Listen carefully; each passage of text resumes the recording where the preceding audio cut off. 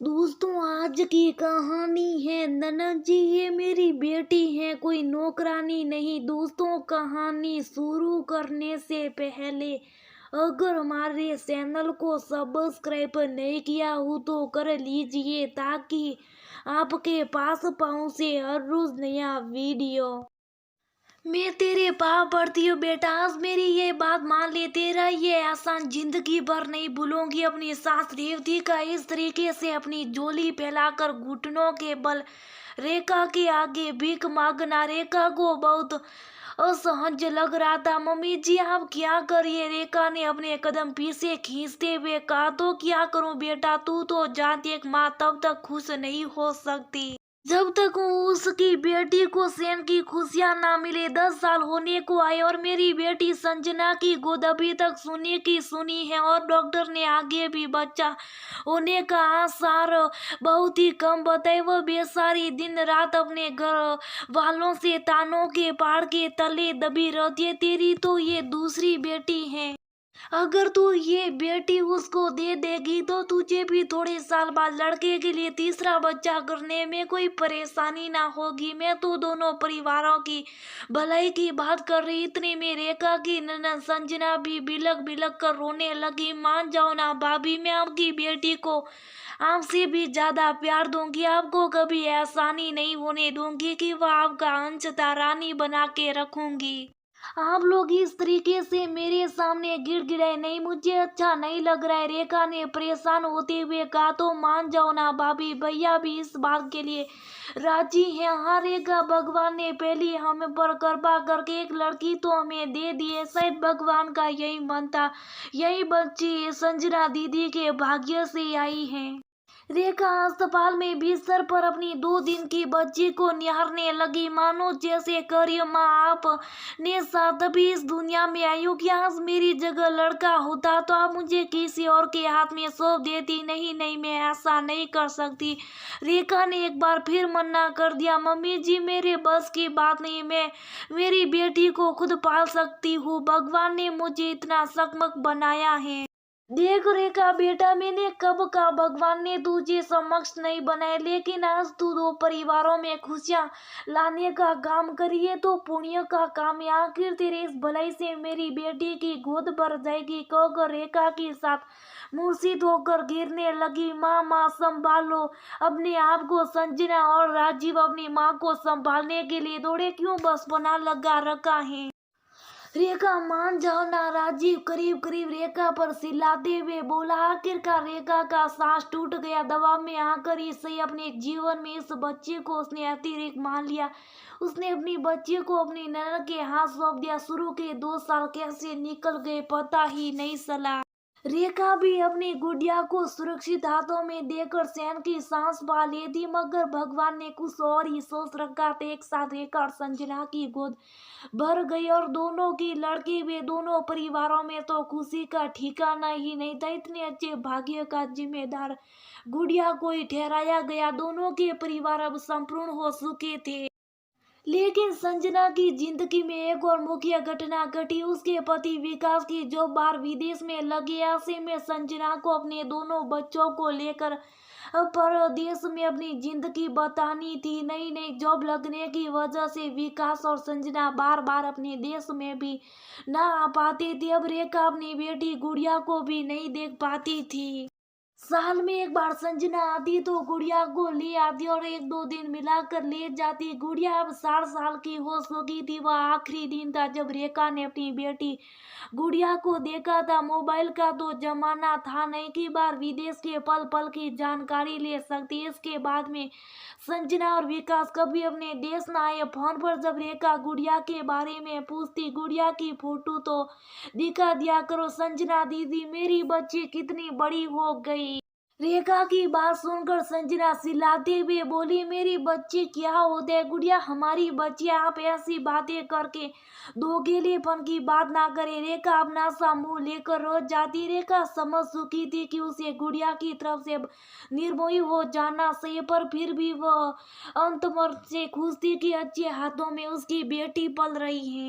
गुड़िया 11 साल की हो चुकी थी। एक दिन राजीव ने संजना को आकर बताया कंपनी की तरफ से प्रमोशन के रूप में 100 दिन विदेश में हम दोनों को घूमने का उपहार मिला और पते उसी देश का ऑफर मिला है जहाँ पर दीदी जीजाजी रहते हैं, पर उन्हें सरप्राइज देंगे, साथ ही अपनी बेटी गुड़िया से भी मिलेंगे। सुनकर रेखा का तो खुशी का ठिकाना ना रहा। 2 दिन में उसने इतनी सारी तैयारियां कर ली जैसे तो वो अपनी बेटी की शादी में उसको विदा का सामान दे रही है। खुद के लिए तो उसने 7 जोड़ी कपड़े रखे, लेकिन 2 सूटकेस तो केवल गुड़िया के लिए उपहारों से भर ली। निश्चित समय पर राजीव और रेखा संजना के घर पर पहुंच गए। बाहर पहुंचे तो देखा पतली दुबली सी लड़की पौधों में पानी डाल रही, चेहरे से तो किसी बढ़िया घर की लग रही थी, लेकिन उसके कपड़े देख कर लग रहा था जैसे वो इस घर में शायद घर के कामों के लिए रखी गई। राजीव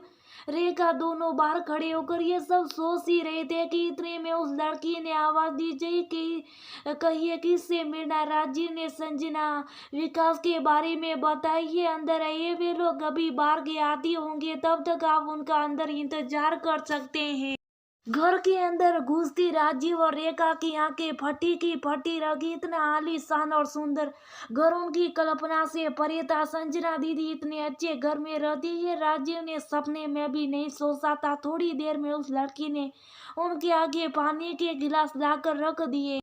अब फिर से वह घर की सार संभाल में लगी। कभी वह मेंस की धूल हटाती तो कभी गीले कपड़े से दरवाजे पर लगे गंदे हाथों के निशान साफ करती, कभी किसी कमरे की सदर की सलवटें हटाती तो कभी रसोई में जाकर वहां कुछ काम कराती। आधे घंटे तक राजीव और संजना केवल उस लड़की को ही देखते रहे। थोड़ी देर बाद उसने आकर पूछा, आप चाय लेंगे या कॉफी? नहीं बेटा, हम कुछ नहीं लेंगे, आप संजना विकास जी को बुला लीजिए। हाँ बस आ ही रहे, आज भैया का स्कूल में वार्षिकोत्सव है और इसी सिलसिले में दोनों उसके विद्यालय में गए थे तो उनकी बेटियां भी उनके साथ ही होगी। रेखा ने चेहरे पर चमक लाते हुए पूछा। नहीं तो वह तो आपके सामने खड़ी है। रेखा उसकी बात सुन तो पड़ गई। उसकी हालत देखकर ऐसे नहीं कहा जा सकता था कि ये वही गुड़िया जिसे उसने अपने हाथों से बड़े विश्वास से अपनी ननद के हाथ सौंप थी। तुम गुड़िया हो? हाँ, लेकिन मैं आप लोगों को पहचानती नहीं, पहले कभी नहीं देखा। बेटा, हम तुम्हारे मामा मामी छोटी थी जब तुम हमारे घर आती थी। मैं बहुत सालों से कहीं गई नहीं हूँ। कहीं नहीं गई हो, लेकिन विद्यालय तो जाती होगी ना? मुझे विद्यालय भी नहीं भेजा जाता, इसलिए मैं ज्यादा बाहर की दुनिया के बारे में नहीं जानती। लेकिन बेटा, ऐसा क्यों? रेखा की आंखों के कोर भीग चुके थे। अपनी बेटी के मुंह से ऐसी बातें सुनकर वह कांपने लगी थी। रेखा की बात सुनकर गुड़िया चुप हो गई। रेखा गुड़िया के पास गई और उसके कंधे पर हाथ रखते हुए बोली, बेटा तुम घबराओ मत, हम तो तुम्हारे अपनी मन में कोई बात हो तो बोलो जी। वो कहते यहाँ विद्यालय का खर्चा बहुत ज्यादा है, ऐसे में लड़कियों को पढ़ाना जरूरी नहीं है, फिर घर की सार संभालने के लिए भी कोई चाहिए। नौकर वगैरह बड़ी मुश्किल से मिलती है तथा नौकर का खर्चा भी बहुत ज्यादा होता है, ऐसे में मैं घर को संभाल लेती हूँ, कहकर वह तेज तेज रोने लगी। ये मन से मन का मिलन ही था कि गुड़िया ने भी उन्हें अपने सारे मन की बात कह दी। गुड़िया अनवरत इतने सालों से छुपी सच्चाई को बयान करे ही जा रही थी। रेखा पसीने पसीने हो चुकी थी। उसने प्रश्न भरी नजरों से राजीव की तरफ देखा। राजीव की नजरें नीचे जमीन में गड़ी जा रही थी। तभी दरवाजे की घंटी बजी। विकास और संजना राजीव और रेखा वो देखती घबरा गए। अरे तुम दोनों कब आए? आने से पहले मैं बताया तो होता, हम तुमको लेने आ जाते, थोड़ी तैयारी कर लेते। यहाँ आना कैसे हुआ? ऐसे अनगिनत सवालों की जड़ी संजना ने विकास रेखा के सामने लगा दी। रेखा ने केवल इतना पूछा, क्या ये मेरी गुड़िया? संजना जान चुकी थी कि रेखा राजीव हकीकत से वाजिब हो चुकी थी। अपना खुद का लड़का होने के बाद में गुड़िया उनके लिए पराई हो चुकी थी और विदेश में पलायन करने के बाद में कोई उनकी निजी जिंदगी में नहीं झांकता था। ऐसे में गुड़िया उनको घर के कामों के लिए मुफ्त में ही एक नौकरानी स्वरूप मिल गई थी। मैंने कुछ पूछा, संजना दीदी क्या ये मेरी गुड़िया है? हाँ संजना अगलाते हुए बोली, ये क्या होता है मेरी गुड़िया? ये मेरी गुड़िया है, अब और इस पर हक मेरा है। संजना बात संभालने के लिए एक बार फिर रेखा पर तेज चिल्लाई, किस हक की बात करती हो तुम? मेरी फूल सी जैसी बेटी को मेरी गोद से छीन कर ले जाकर तुम कौन सा हक चाह रही हो? तुम गुड़िया का ऐसी दशा करोगे, कभी सोचा भी ना था। संजना दीदी हमको अपना मान कर देखा, अरे रखा, और मैंने अपना अंश आपको दिया था। क्या इस दिन के लिए हमने आपकी गोद भरी थी कि आप हमारी बेटी को नौकरानी बना कर रखेगी? ये क्या बकवास बातें कर जा रहे हो? नौकरानी नहीं, वो मेरी बेटी है। संजना तेज चिल्लाते हुए बोली, हम पिछले आधे घंटे में घर की सारी स्थिति देख चुके और अब आपसे हमें किसी भी तरीके की उत्तर की कोई उम्मीद नहीं है। मेरी जिंदगी की वह सबसे बड़ी गलती थी जो मैंने आप पर और आपकी परिवरस पर भरोसा किया और मैंने मेरी गुड़िया को आपके हाथों में सौंप दिया। आपकी गोद भरने के लिए मैंने मेरे अंश को मुझसे दूर किया और उसका नतीजा ये निकला। आप कैसे इतनी स्वार्थी और मतलबी हो सकी? मैंने आपको घर में रौनक के लिए बेटी दी थी, घर के लिए नौकरानी नहीं।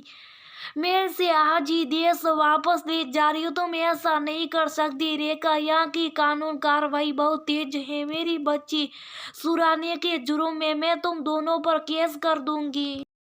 हम और किस लड़ने को लिए तैयार है? बाप की बातें मेरा सांस नहीं तोड़ सकती। जो गलती मैं पहले कर सकती हूँ मैं उस गलती को नहीं दोहरा सकती।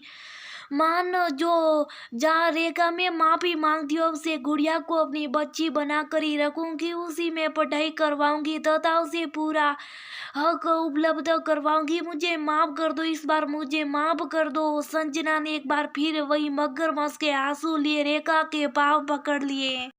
रेखा राजीव ने पूरी तरीके से संजना की बातें नकार दी। रेखा निर्णय कर चुकी थी, वह दोबारा धोखा नहीं खाएगी और गुड़िया का हाथ पकड़कर रेखा राजीव घर से बाहर निकल गए। संजना बेहवास होकर चिल्लाती रही, छोड़ जाओ उस लड़की को, इस पर तुम्हारा कोई हक नहीं, मैं पुलिस को बुला लूंगी।